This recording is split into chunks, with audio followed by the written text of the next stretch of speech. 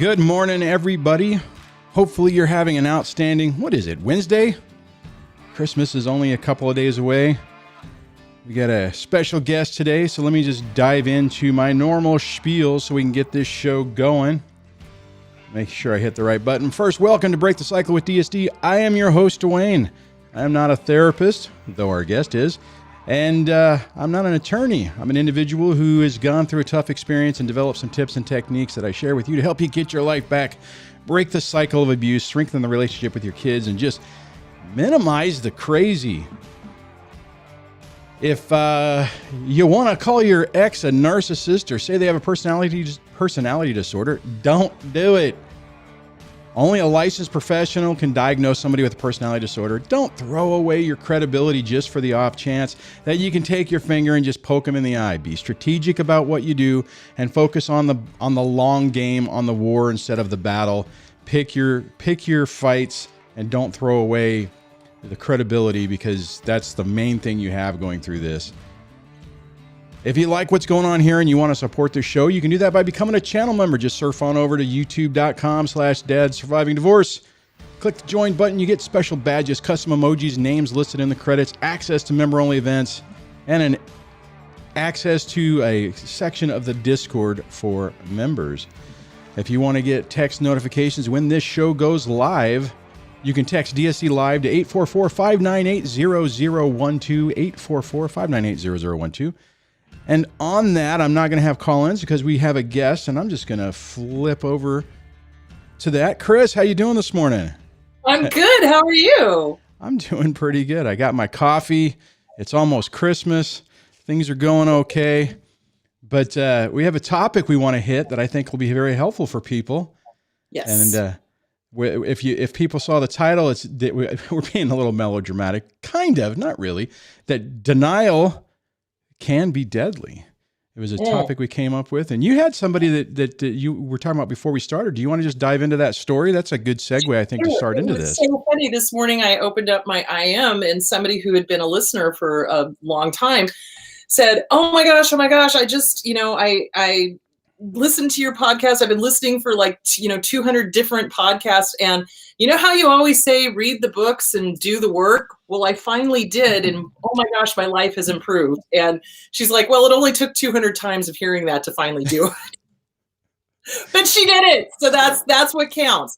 But we tend to, when faced with this kind of insanity, this kind of abuse, this kind of, because normal people don't do this, right? So when we're faced with this kind of behavior that is so abnormal, there's a part of us that really resists doing the work, reading the books, getting to a good therapist, working on the issues, taking a look at, how did I fall for this person? Who did this person remind me of from my childhood? What's going on there?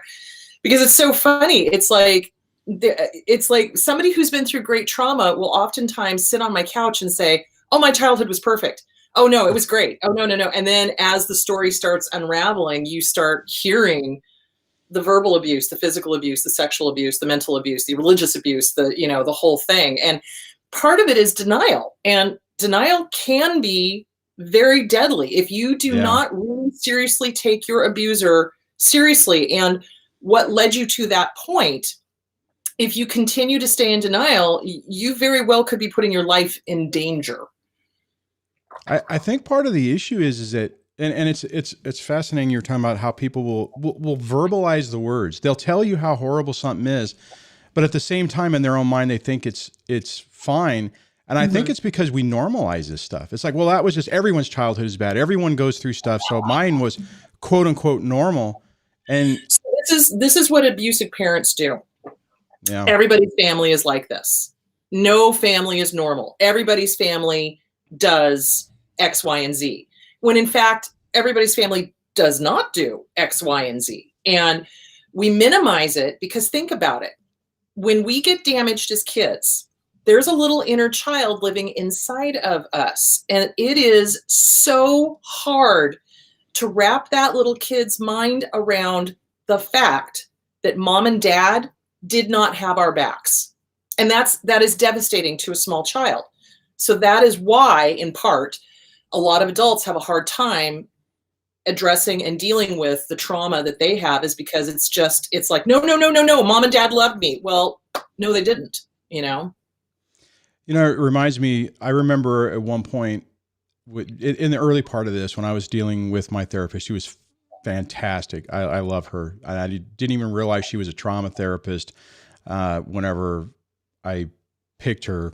She was recommended. Anyways, we were trying EMDR, and at that particular stage, the way I kind of describe it is, when we were starting through it, it felt like the closet door was opening and all this stuff was bursting out, and it was just too much to handle. And fortunately, she was skilled enough that we stopped that, and we were able to work through that stuff in a different way. But it's amazing how, I guess denial is the right way to say it. You just get to the point that you just don't even want to look at it. You don't want to address it. It's too painful. It's too scary.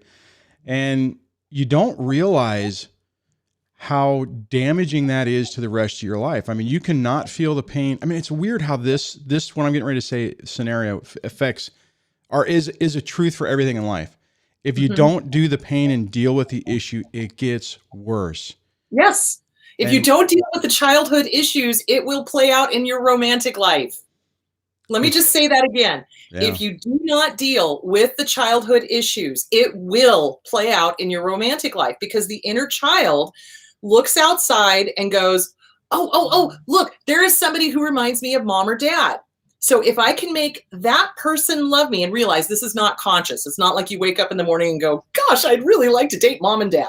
But what you do is you look outside and you go, oh, here's somebody who reminds me of the parent I had the most difficult time with. If I can make that person love me, I prove the original wound wrong. They're wrong. I'm lovable. Doesn't work that way. Half of a doo-doo sandwich, half of a doo-doo sandwich, total doo-doo sandwich. Well, and you just recreate the same problem. I mean, that's over why. And over. Yeah. Yeah. I mean, it's, and the crazy part is we all have the ability to wake up one day and say, okay, enough. You know, I'm going to focus on the original wounds. I'm going to get my life in order. And see, this is what's so crazy about it, right? So you try to find somebody else subconsciously, and this is what I did, to fill that void. Join the club. Yeah. And you pick somebody who's damaged, who will never, it's like an equation that'll never solve.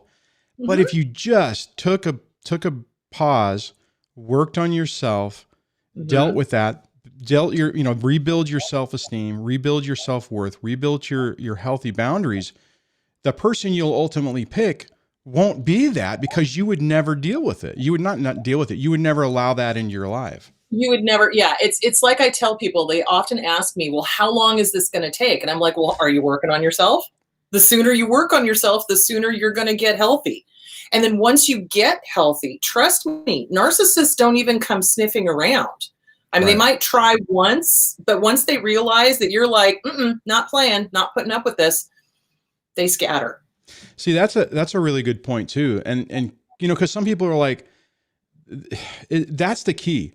It's that the narcissistic people or toxic people, they push buttons. They're going around, they're testing. And as soon as they find somebody who's like, oh, okay, that person's vulnerable. That person I have a wedge into. This other person, oh, wow, this person's got too much light in their life, or however you want to say it. And it's like, nope, I ain't going to go there, because I don't have, it's not the low hanging fruit. Now, not that they won't try. I mean, some will. I mean, they'll try. Will. Yeah. And that's where I think I've seen this a lot. I'm going to ask you, well, let me ask you this, because I've seen this with my subscriber base or my viewership. People who have short-term toxic relationships, for the most part, seem to have had a really decent family life. Like, they grew up with what love was supposed to be. And then you have people like me, who it takes 2 decades to where you finally say, okay, this is bull. And then you start peeling back, and it's like, oh yeah, okay, well, you grew up in a really crappy environment, and your boundary, your self-esteem was destroyed. I mean, I was a highly successful person in my career. I had promoted higher than I probably should. Not that I should have, but I mean, for not having college and different things, I had done really well. But fundamentally, I was still dealing with those that that self-esteem problem and the low boundaries and Yes. the fear of being alone and all that crap. Mhm. And it's just it really just corrupts your life. It does. And I think that's a large reason why people dive right back into another abusive relationship, is that fear of being alone. And what they don't understand is you need to be alone to work on those original wounds, so that when you are ready to emerge like a butterfly, you no longer are hanging out with toxic people, toxic friends, working in a toxic work environment, et cetera, et cetera, et cetera. But that alone period is terrifying. So remember, little kids don't like to be abandoned. Yeah. They don't like to be alone. And so that to them feels like death. Like I've had multiple clients where I have said, they've gotten out of one relationship and they're immediately back on a dating app. And I'm like, stop. God. You need to stop. Because first of all, that's where the predators are. And second of all, you need this time alone to figure out who the hell you really are. What do you want? What do you need? What are your desires? What's your ambition? What do you want to be doing? What are your hobbies? Because the abuser will come in and basically tell the target of abuse, no, you like this, you want this, you deserve this, they basically tell you who and what you are. And you need that time alone to get that self-esteem back in place, rock solid, so you know what you want, you need. And I keep telling people, it really, truly does all boil down to self-esteem. If you have self-esteem, you're not going to put up with this shit. Yeah. Oops, sorry. No, that's fine. It's weird. I'm glad you're saying that, because so many times people will give you the advice, you just need to get back out there. You just need to go hook up with somebody. Hell, I even had my kid's therapist, who's a Psych D, who basically said, you just need to get laid. And I'm like, you're out of your effing mind and you're a professional. It's so frustrating when people, and I know you're not saying that, but I find it so frustrating when people give people that advice. Just get out there. It's like, no, take a moment. You've just been through a traumatic experience. You're having this life epiphany to where you're realizing, holy crap, something's wrong. I need to fix it. Spend the time. And I want to just dovetail back to something you said a moment ago when you were talking about when people ask you how long, because I asked that question too. It's like, how long am I going to feel this way? And the answer, I think my first therapist, which I ran out of money, I couldn't pay her, so I had to take a break. And that's when I found the second one. Both of them were actually really good. And the answer was, it's going to take as long as it takes. And it's like, I wish she would have said, it's going to take as long as it takes for you to process this, to accept it, to basically to work through it. And I think she kind of did it, but I didn't hear it at the time. I mean, I see it now. Right. And and for some people it could take, maybe it's a month. It wasn't for me, or it could be a couple of years. Right. Whatever your timeline is your timeline. Well, yeah, that's true too. Yeah. It depends on the level of abuse. So think of it this way. When somebody is coming out of an abusive relationship, not only is your world destroyed financially, emotionally, possibly religiously, it's like you're having to cope with the fact that you fell in love with an illusion, and that you're mourning, you're in grieving, you're mourning the loss of what you thought you had. So it's not only working on the trauma, you are now grieving, and your inner child is grieving and processing whatever this person brought up for them. So it's not a one and done. It really isn't, especially if you've got trauma after trauma after trauma after trauma. So family of origin, then you dated an abuser, then you dated another abuser, then you dated another abuser. Every single time you go through that trauma process, you are re-grieving and re-experiencing the trauma of all the previous traumas. It's funny you say that. Well, not funny, but I remember before I went through this, when I was still happily married, living the dream, thinking I had the best person in my life, not realizing that it was, I was living, a nightmare. But I would watch people, primarily women actually, I would see it on like their Facebook. It's like, oh my God, I met this great guy. He's the greatest guy in the world. Oh my God, everything's great. And then they would disappear from Facebook. And then they would come back and like, oh my God, that was a horrible relationship. I had to get off. There was so much abuse. And then like 2 months later, it was like a cycle. It was like, I could almost like set my watch to it. And then it was just the same thing and the same thing and the same thing. And people are unwilling. They're looking for the magic bullet. Think of it that way. They're looking for the magic bullet and they're looking for the magic pill. So it's the same thing when people come and sit on my couch and they're like, well, but can't you just give me a pill to make me feel better? And I'm like, first of all, I don't prescribe. Second of all, I'm not a big fan of pharma. Third of all, yeah, exactly. If you really want to fix it, you got to fix the thoughts, the mistaken thoughts and mistaken beliefs that are driving whatever it is that's going on in your life. But they want an instant fix. So for them, it's like, where's the magic bullet? Where's the magic pill? Where's the magic person that's going to come and say, where's my Prince Charming? And, you know, I hate to say it, I really do blame a lot of Disney for this, you know? Yeah. Because I was watching, what was I watching the other night? I was watching The Emperor's New Groove.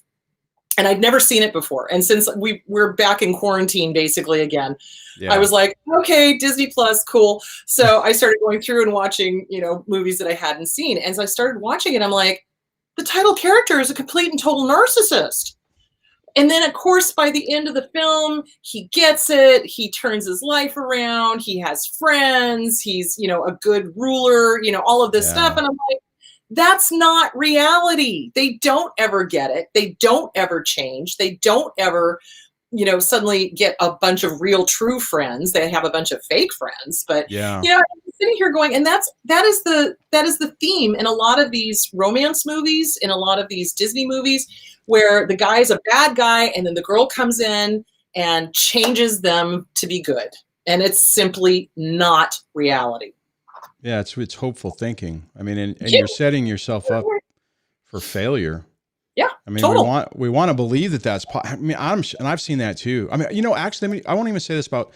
I actually had this comment once with my therapist when they said something about. I can't remember how they said it, but basically, she had said something along the lines of, you know, that it is the way she is, or something like that. And I know what she's basically saying. What you just said, but what I heard is, oh, there's a way I could help her to get better. And I had asked her, I said, I mean, here I am getting harpooned. I mean, this person is basically, if they had a knife, they would slit my throat in a moment. And I was still like, oh, does that mean there's a chance I could help her get better and have a better life? And the person is looking at me like I grew a third head, you know, it's like, yes, no. That's codependency. Yeah. That is codependency. So let me that would be denial. Yes.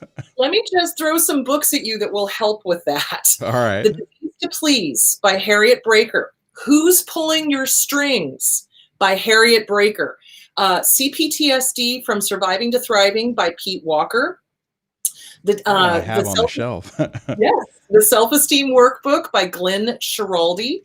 Any and all of those books will help break that magic spell because, again, it's that little kid inside of us that desperately wants to save everybody, to have everybody be happy, to have everybody be whole, to, you know, get back to what we had. Because remember, they abuse, love bomb, abuse, love bomb. And we're living for that moment when they go back to being that loving, wonderful, happy-go-lucky, kind partner. When they go back to giving you those breadcrumbs. Yep. And unfortunately, your self-esteem is so low that you think that's all you deserve is those breadcrumbs. Right.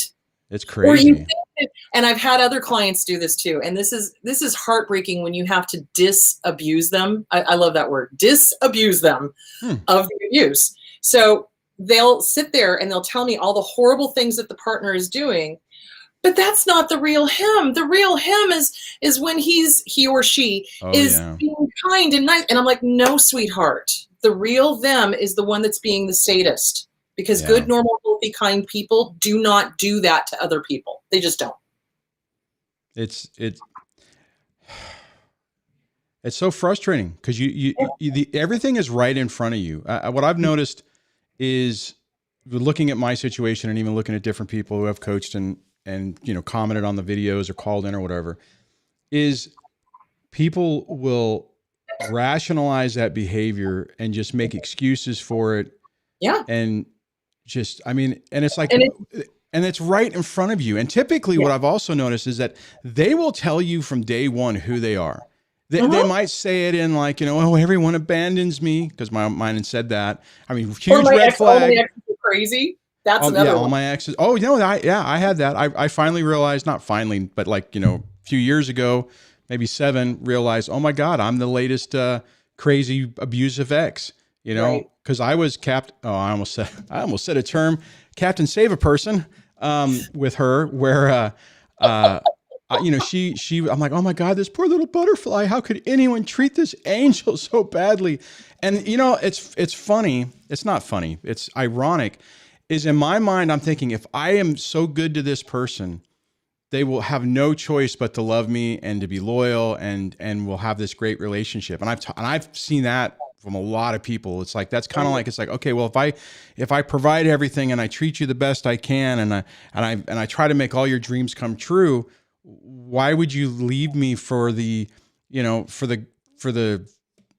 I don't know. I mean, I'm not going to somebody who makes significantly less, or let's just say somebody who is abusive, who has a criminal record, who has a drug problem, and you're just like, what what? Right. And I mean, just to be clear, my situation, as far as I know, my ex hasn't done that, but I mean, I've seen that pattern play out multiple times as well. Right. And you got to understand too, is that male abusers play that victim role as well. The save, needing, they're the person that needs to be saved. So men play the victim as well. It's not just women. I want to make that perfectly clear. And oftentimes what I see is that, like you said, again, that inner child who wants everybody to be okay, but I can make them love me. But I can, why would they leave me? Because I'm such a great person. Why would they, but then they do. Because remember, their self-esteem is in the toilet, and they enjoy the drama.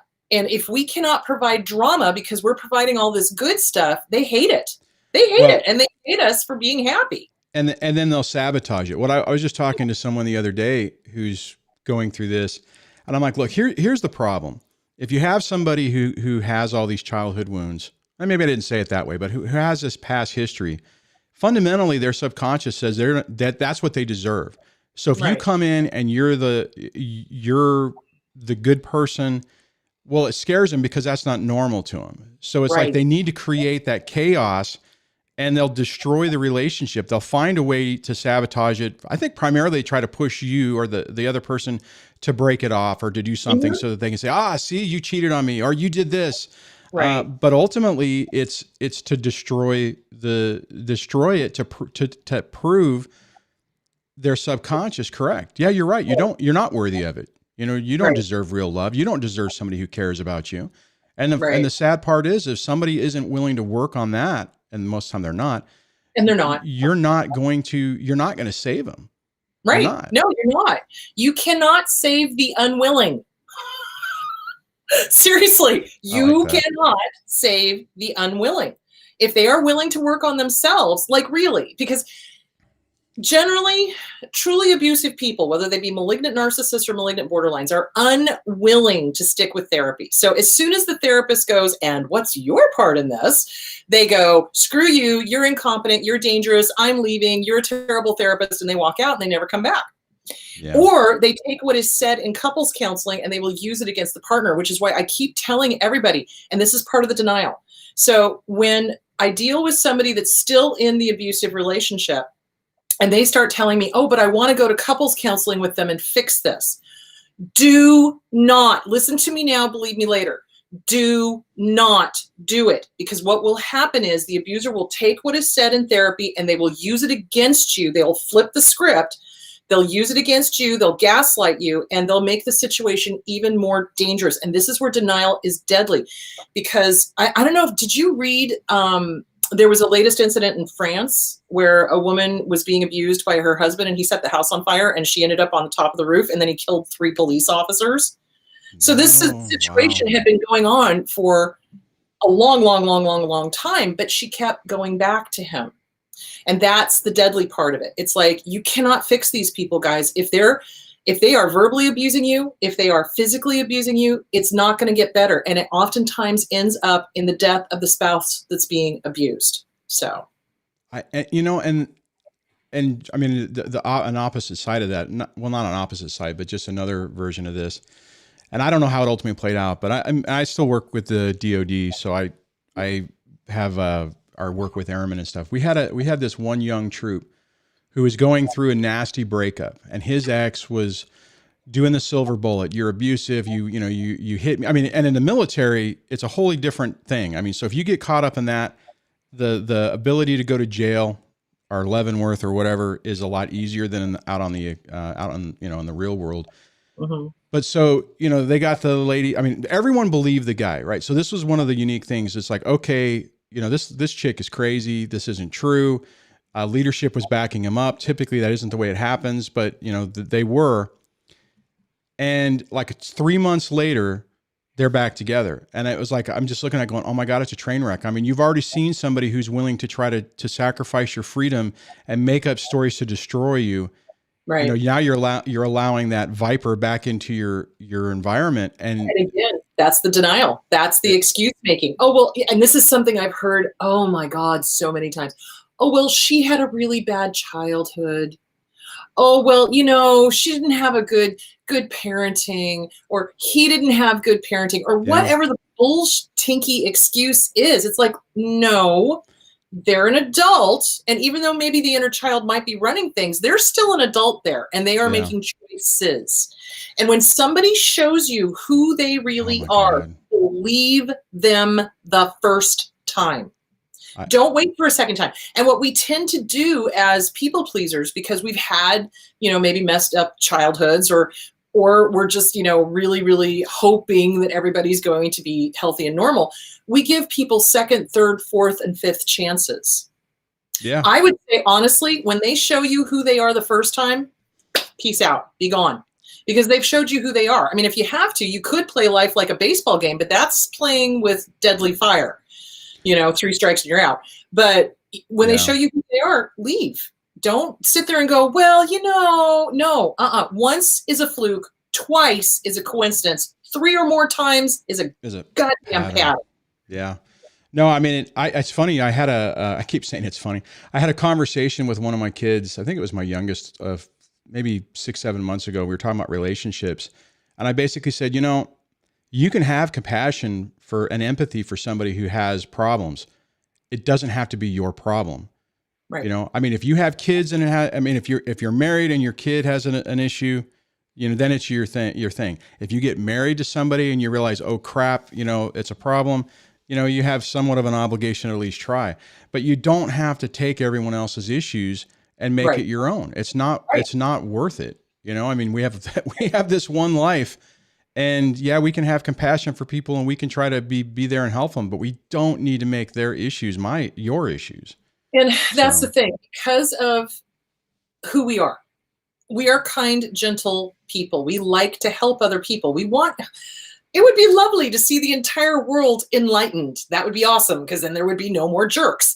So, but remember, not everybody out there thinks the way we do. And that is our deadliest mistake, is that we assume that everyone is going to have the same moral code, the same kindness, the same compassion, et cetera, et cetera.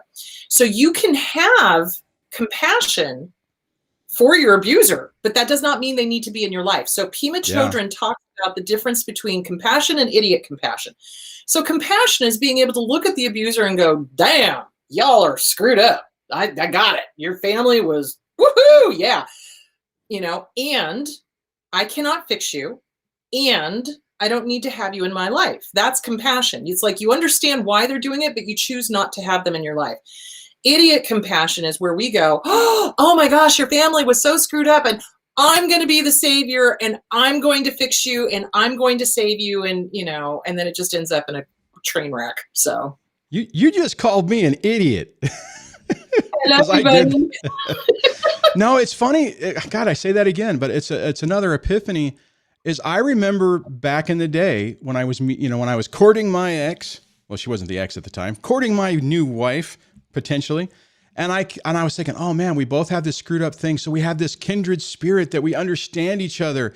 And I mean, to be perfectly clear, I didn't need to be in a relationship with anybody. Right. I mean, that was rolling the dice, and I needed to do some serious work, and I didn't know.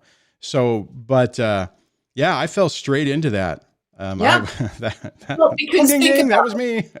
When you get with somebody who is covert, Oh, They're the victim. They're the victim. It's yeah. like, help me, help me, help me, help me, help me. And I call them ask holes because they're constantly asking for help, but they're never taking the advice. They're never doing anything on their own. It's Yeah. learned helplessness, and they want everybody around them to take care of them. And it's like, oh my God. So when we are young and inexperienced, we tend to get, especially if we want to save people, we tend, codependency, we tend to get with somebody who appears to be helpless or in need of help. And they keep telling us that they want to grow. They keep telling us that they want to change, but they never take any of the advice. They never read Yeah. any of the books. They never go to therapy. They never grow. They never change. And they keep asking more, more, more, more. Give me more, give me more, give me more, give me more. I think, if you're in that situation where you really want to help people and that's a noble cause, go the route and become a licensed therapist. That way you can help people in a structured environment, and you can have, and I'm sure you get a lot of self gratification of helping people, but you don't have to do it to where it affects or infects your life. And I think it's boundaries. I think Really understanding boundaries is a good thing, whether you are a therapist or whether you are just average Joe on the street. And that is something that disordered families never teach their children, because there are no boundaries in disordered families. They just mow right over them. And so then we get into a romantic relationship where the boundaries get mowed right over. And again, like you were saying, we've normalized it. We've said, this is okay. No, it's not. That's why I'm saying, read these books, realize what normal is and what dysfunctional is. And don't be in denial about the dysfunction of your own family or the dysfunction of your own relationship, because eventually, it does get worse. It's just, oh my God, the stories I could tell you would just blow your mind. But these people, male and female, they don't get better. They do get worse. And what's terrifying is to watch somebody go back into the relationship. And what oftentimes will happen is they will overshare. So the most dangerous thing that a target of abuse can do is that they overshare to the abuser, and they're in denial about the abuser's true intention. So the abuser will be like, oh, but I love you and I want you to be okay. And I just want to make sure we're all right. And you're acting differently. What's going on? Well, then suddenly the target of abuse is telling them, oh, I'm in therapy and I'm working on this, that, and the other thing. And she said this, that about you. Well, and the next thing you know, the abuser is telling them to get out of therapy. Right. And then a year later, I'll get a text or an email saying, oh my God, you were right. Blah, blah, blah, blah, blah. I finally left. Let me ask you this. It's what I've seen is typically when someone goes back, it's a hell of a lot worse the second time around. It's like they feel like they've like, oh wow, I got away with all of this before. Now I can try. I'm going to push a little farther and see how low this person feels of themselves. Well, and not only that, but they've realized that they have allowed a loophole for them to get out. So those loopholes get closed. So they'll start, like, say, for example, that you had an email address that they didn't know about. Well, because of the abuse, because of the gaslighting, because of whatever childhood issue is going on, the abused, the target, will then tell the abuser about the secret email or about the bank account that they had been hiding so that they could get away. And then the abuser will lock that all down. They'll go through their phone. They'll go through their computer. They'll put tracking devices on. They'll put keystroke loggers on. They'll do all this crazy stuff. And it's dangerous. Denial is dangerous, guys. It will lead to you being harmed physically, mentally, emotionally, or otherwise. Or all. Yeah. And it's so tough, right? Because you're supposed to trust your spouse. You're supposed to give people extra chances and all that stuff. So it seems like everything you just said, which I absolutely agree with, is of what not to do. But it's like society tells you that's exactly what you're supposed to do.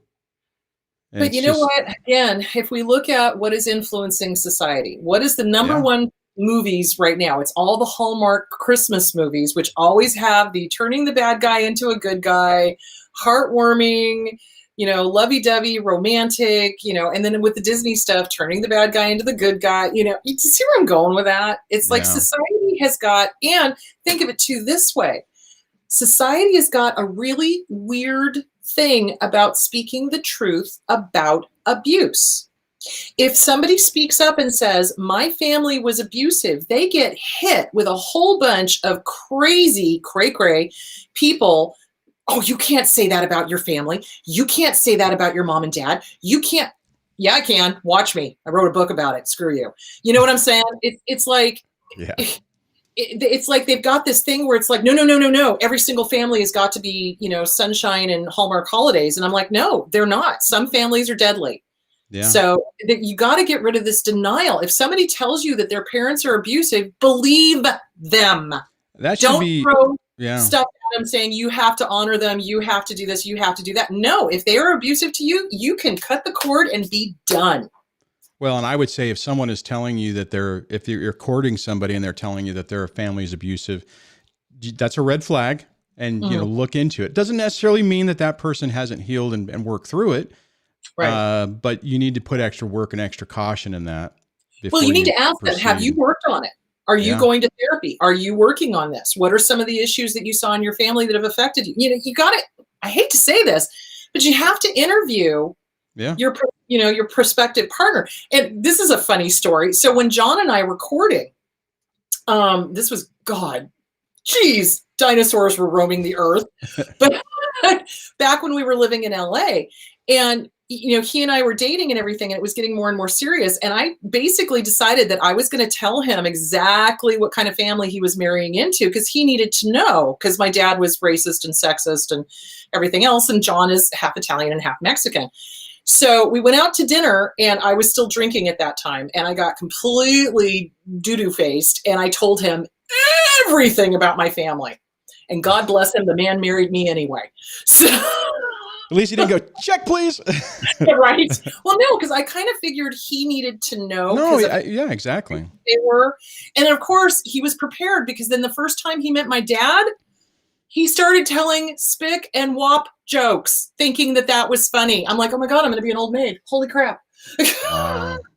But since John was prepared, he just kind of did the Zen thing. He was like, yeah, I could see how you think that was funny. That's all he said. I was like, I'm marrying you. You're awesome. Because I would totally have been like, he knocked it out of the park. Yeah, you would have said, really? Let me tell you a thing. Hey, I want to hit this real quick. I got a super sticker from Sarah Connor. That's a cool name. And it's basically it's a pair. You can't in the chat. It's a pair dancing under a rain of confetti and taking his hat off, saying, "You're amazing." The other comment was that they said that this discussion is on fire. So thank you so much for the support, Sarah. And I'm glad you're enjoying this discussion. I do want to hit a couple of other questions. Hold on, let me see if I can do that. Whoa, wrong. I tried to turn that off. Let me see. Let me scroll up. I'm scrolling up. Standby one. Oh man, I had it on top of the screen for the entire time. I'll just read it. Moderator Debbie had set it up. And Makonya said, Kris, if we're healing and they're not, if the narc is hurting and has CPTSD, is there ever any wise way to quote unquote fix or repair the amicability so they heal or heal their shame so that they don't affect the kids, or so the kids don't get it? I guess basically what it's saying is that if you're divorcing somebody, or if you're in a relationship, or while you're still technically tied with somebody, if you're in a situation where now you're going, oh my God, the parent of my children is this toxic person, how do I save my kids? What is the best response on that? So here's the thing. Generally, narcissists and malignant borderlines, when they reach malignancy, they will not go get help. If they're unwilling to work on themselves, the best thing you can do is get out.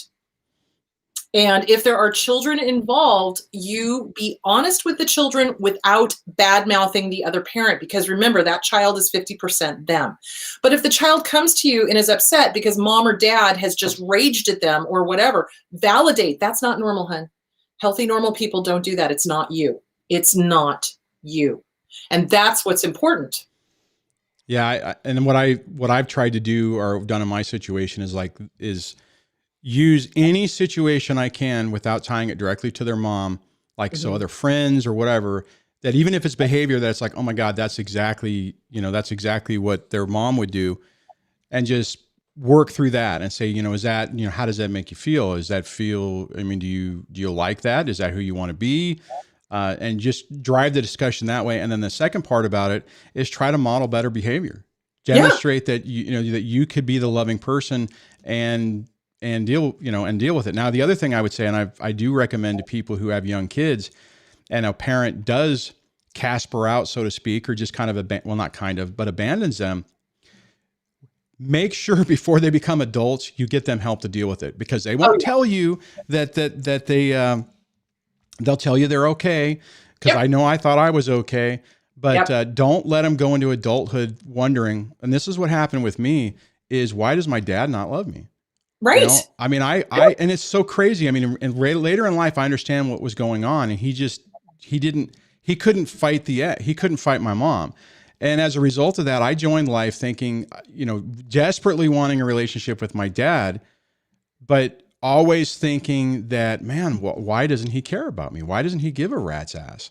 Yeah, it's hugely important to get the kids into therapy. As soon as you recognize that there's a disordered spouse, and when you're getting the divorce, make sure it's in the decree.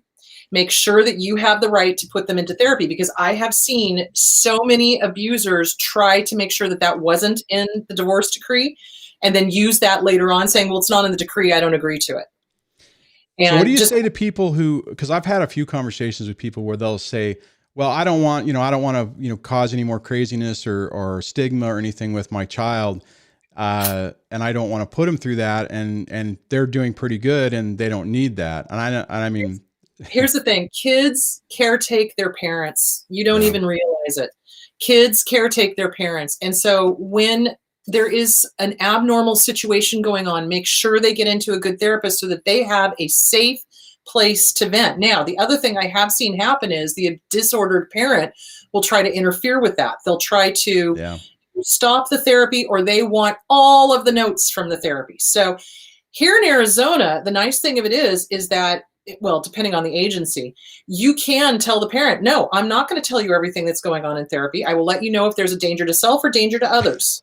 Other than that, it's private. It's funny. I keep saying that. It's like you keep coming up with things that kind of just trigger these little things. My youngest daughter is using teen counseling. It's basically a thing of better health. Anyways, it's the online therapy thing. And so she has a therapist there. So the other day I did just kind of like a session just to, hey, how are things going? And I found myself, because I asked a question and I'm like, hey, whatever, this is what's going on. And there was a pause and I'm like, oh shoot, sorry. I'm like, crap, I can't say it that way. Cause I mean, because it's right. Like what you just said, right? I mean, I don't want to violate that trust that my daughter has with her. So I said, okay, let me switch this around. These are the things that she's saying to me. And I just want to make sure that that it's one of those things I didn't, and I get it, right? Because I could be like, oh, well, I think they're saying this to try to get information. That's what I wasn't trying to do, but right. But yeah, you're right. Narcissists will do that. They'll demand, and they'll stop therapy if the therapist refuses to play their game. So I've seen it back to court over that, where they literally had to go to court for the judge to tell the narcissist to shut the bleep up and allow the children to see their therapist. And it's really heartbreaking when the kids have a really good therapist, there's a good rapport there, and then the narcissist demands that it stop. Yeah. Well, my take has always been on it that, especially for kids, is they need a place. I mean, I would like to, let me back up. I would like to think that I am the most best father on the planet, that, I'm just great. There's nothing that could be wrong with me. But, the kids need a place to where they can say, my dad is irritating the crap out of me, and be able to work through it. Exactly. And my thing on it when I talk to therapists, I'm like, look, I just want to make sure everything's good. Is there anything I could be doing differently to be a better, to better help my child through this? And the report was good, which, I mean, I know that. I mean, even though in my situation, the ex is constantly trying to drive wedges, I know my relationship with my youngest is strong. So. Right. Which is good. And something else I wanted to bring up too, speaking of divorce, oftentimes what I will hear the target of abuse say is, oh, I don't want to hurt them. I don't want to cause any more problems. I don't want to, so I'm not going to ask for half, or I'm not going to ask for the house, or I'm not going to, or another thing I've heard them say is, oh my God, I just want to be done with them. I just want them out of my life. I just want them. So I'm going to give them everything. Oh, for the love of God, don't I hate it when people do that. Don't freaking do that. The whole intent of the narcissist terror campaign, the smear campaign, the intimidation campaign, that whole thing is to get you to give up everything for them. They will not go away. Even though you give them the ranch, they will not go away. These, especially if you've got kids, they will be in your life for the rest of your life. Because even though the kids are grown up and now they're 18, now you've got weddings, you got babies, you got funerals, you got whatever. So you must stand up for what is rightfully yours. And you must have boundaries like a mofo. You know what I'm saying? Because if you don't, as soon as you give the ranch away, they go, ha, ha, ha, ha, I can do whatever I want. And then they will. Oh, yeah. Well, I mean, I was in that mode in the beginning. I mean, thank God the ex didn't agree to what I initially agreed to, because I gave away the farm. And and the problem is, you're like, okay, well, I'm going to make it easy. And you kind of think that all these stereotypes are legit. And oh my God, you give them power and you give them everything. And now you have family court basically enforcing it. You are hosed. I've seen so many people who later realize, oh my God, I made a mistake, and trying to undo it is nearly impossible. It's not impossible, but it's really hard. It's really hard. And the other big mistake that people make, and I do not understand this one. Well, I do. It's denial. So they keep telling me, but they need their mother, but they need their father. No, they don't. If mom or dad is abusive, why in the would you want that child to be around an abuser? So if the courts are seeing fit that they've got less than 50-50, good. You know, it's like, don't. Well, this comes up with a question. Actually, it's the next question I wanted to highlight, because I know we're starting to run out of time, and it comes from All's Well, and it says, I'm going to ask it, Kris, why do abusers use false claims of parental alienation and basically abuse against their ex? What can we do when they tell our children we're to blame for their voluntary absence? That's when you need a therapist, because what they're doing is they are practicing parental alienation right there. Yeah. So by trying to drive a wedge between you and your child, and involving the children in the divorce, how unfair, how massively unfair to put this on a 4, a 5, a 6, a teen, a whatever. You know, it's not the kid's problem, and children should not be involved in the divorce. What all they need to know is mom and dad just didn't work out. We just didn't mesh. You know, and we're separating for both of our own goods, and there it is. And that's it. You don't blame, you don't shame, you don't guilt trip. But let's flip it around to the other side, because I know Allswell's dealing with that situation right now. But let me, like, for my situation, like with my dad, right?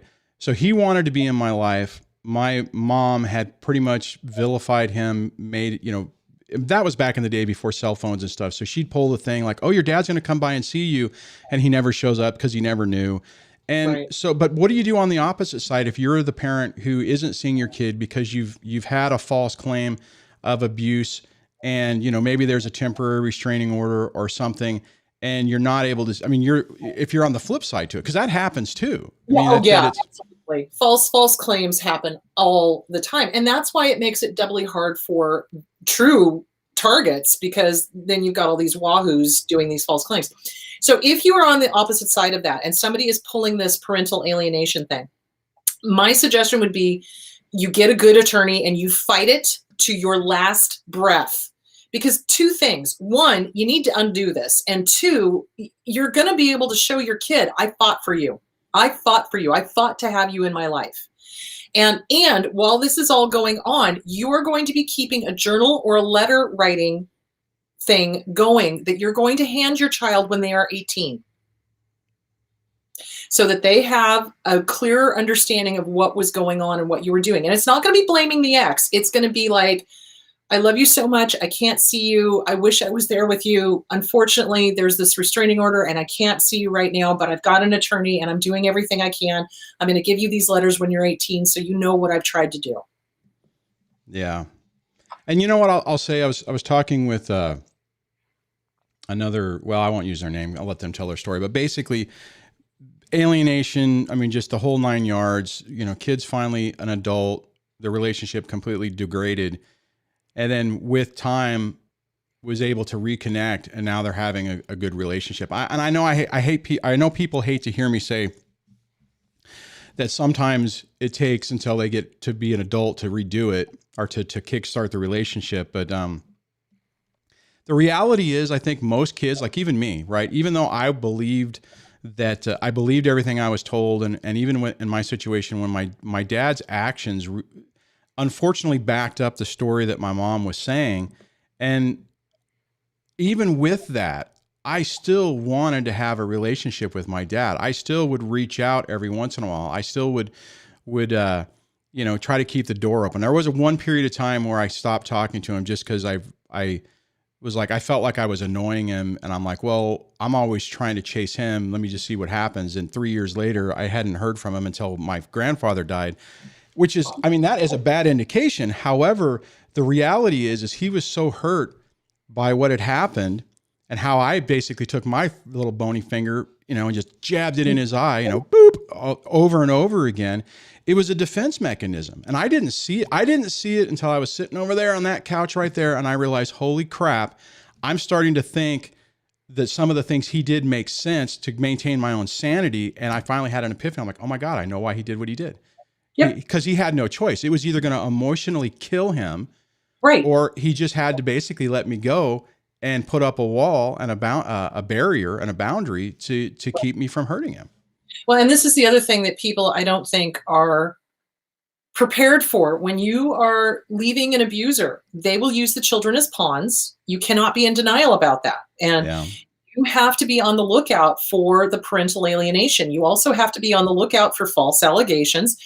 And you need to save up your money for good lawyers. You do, Yeah. Unfortunately, a lot of times what abusers do is they convince the spouse to give up their bank account or to have a joint account with them.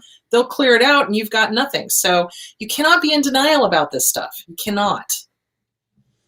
It's, you're right. And it's funny. I mean, I've been watching a bunch of Dave Ramsey stuff for financial stuff, which is off topic, but everybody goes out there and says, if you're with somebody, you have to combine everything. You have to work as a team and all this stuff. And the sad reality is, if you pick the wrong person, you're just setting yourself up. Absolutely. And so John and I, even though John and I are a healthy couple, he's got his stuff, I got my stuff, and then we got the house pot that we put things into for the house. Yeah. I that's the route that I would take too now. And I mean, but for me, that's because of what I went through. That's because I got torpedoed and just hosed through family court. And it's like, I never want to put myself in that position again. I don't know if that was for me, it was watching my mom and dad, because my dad was an attorney. Oh, wow. Okay. Yeah. And so he had absolute purse strings control. My mom worked for him. He never paid her a salary. She didn't have, basically slave labor. It was basic slave labor. And so when I was a teenager, I asked her, I said, Mom, why the hell don't you divorce this asshole? And she was like, I can't. I have no money. I can't. You guys would be destitute. I've got to stick with him. And I'm like, oh my God, never. Oh, geez. I've said to my kids too, like even my girls, it's like, make sure you have your own career. Don't be dependent on somebody. I mean, hey, if you both are working together towards a goal, that's great. But have your own, don't get yourself into a situation where you're like what you just said. It's like, oh crap, I have no options, or the option is so bad that the current environment isn't as bad. I want to hit one other question before, because we're going to run out of time here in a minute. And this is from Namaste. And it says, how do you handle when the toxic parent uses the kids to get you, like telling them today is a special day. It's mommy and daddy's anniversary, and they've gone low contact and have been separated for 2 years. Isn't that just fabulous? I see your. Oh my God, that's abuse. Yeah. That is abuse. That is verbal abuse. That is. So what do you say to your kids whenever they come back to you and they go, oh, mommy, our daddy, mommy is or daddy is saying that, Sunday is your guys' would have been your 17th wedding anniversary. What the hell do you say to your kid on that? Well, you say, this is really interesting, hun. We've been separated now for 3 years, and the anniversary no longer means anything. So, I'm glad that they're honoring it, but it means nothing to me. Yeah, I think the frustrating part on that, especially for kids, because most of the time kids want, even if it's a bad thing, they want that secure or that perceived security to be back together. They want the normalcy back. That's what the abusive parent is playing on. Oh, yeah. It's that intermittent positive rewards. Remember? Yeah. Yeah. Oh, mom and dad are going to get back together. Oh, this is great. This is great. Speaking of another wonderful thing that my kid's therapist said to one of my kids, literally said to, what was it, maybe 10 or 11-year-old, maybe 13, can't remember the age. If I would have been your mommy and daddy's marriage counselor, they'd probably still be together. Fire that person. Seriously. It was, I was like, therapists out there, guys, listen to me now. Believe me later. My profession is filled with disordered people. It really, honest to God, is. And a lot of them are narcissists because of the power differential. The jobs that we do are very, what's the word I'm looking for? With great power comes great responsibility. I sound like Spider-Man, but it's true. So you've got to be careful of finding a therapist that is themselves disordered. Yeah, not finding. Yeah, I couldn't believe there were so many different. And the problem is because it was so contentious that I knew that so in my situation, it was like, well, if I cancel this or stop it, the ex is never going to let me get these kids back into therapy. So it was one of those things where it's like, well, crap. Now, thank God, my youngest was like, I don't want to see that therapist anymore. Good. I'm done with it. And I tried to find some local therapists, but in this area, I mean, I think in most areas, it's really tough. Either they're all booked or they're, like you said, or they're just not the quality people. That's why I really think this BetterHelp thing is, although it's kind of expensive. I mean, I think it cost me it's $156 a month or something. But they do video, they have a HIPAA, certified app so that you can send messages back and forth. And the nice part about it is if the person's not working, you just say, give me a new one, and it'll go through, and it's per state. So they'll find somebody else who fits your criteria, what you're looking for, who's licensed to practice therapy in your state. So it's been a really potential, or I've appreciated that. You sound like I'm doing an ad for them. Whatever works, son. Whatever works. And do be careful of your therapist. Make sure you interview them really well. Look at their reviews. Look to see what people are saying. Word of mouth is the best way to find a good therapist. Yeah. Oh, it's like, and I was trying to get my therapist to work with my daughter, because I'm like, oh man, this lady's phenomenal, and she wouldn't. She's like, no, it's a conflict. Well, conflict of interest, and plus she's like, I don't want to deal with your ex. Right. And that is very true. A lot of therapists, myself included, I won't get involved in, like, as soon as I realize that it's abuse thing, it's like I focus in working with the target, and I let them get somebody else for the kids, kind of thing. So, because if the target's not healthy, the kids won't be healthy. So. Yeah. So on that, I guess we need to wrap it up because I got to do a few announcements. Anything else you want to hit before we wrap this up? No, I think we covered it all. That was a good discussion. It went by fast. Thanks for coming on again, Kris. I appreciate it. We always have these really good discussions, and hopefully a lot of people got out of it. Now, are you doing anything special or anything? I should have asked you this before, but do you have anything special you're doing this week for the Christmas thing on your show or anything? Oh, no. This weekend, I'm doing Kicking Guilt and Shame to the Curb. And that'll be on Sunday, right? That'll be on Sunday at noon. Awesome, guys. Well, check out her channel. Oh, I didn't bring that up before, but I'll have links in the show notes and the links to the books. Thanks so much for hanging out. And what I'm going to do right now is I have later today, I'm going to be doing kind of not a summit, but a collaboration with Veronica Archer. You guys remember her from You Get to Be You before. So I'll put a link to that in the description of this video and the show notes.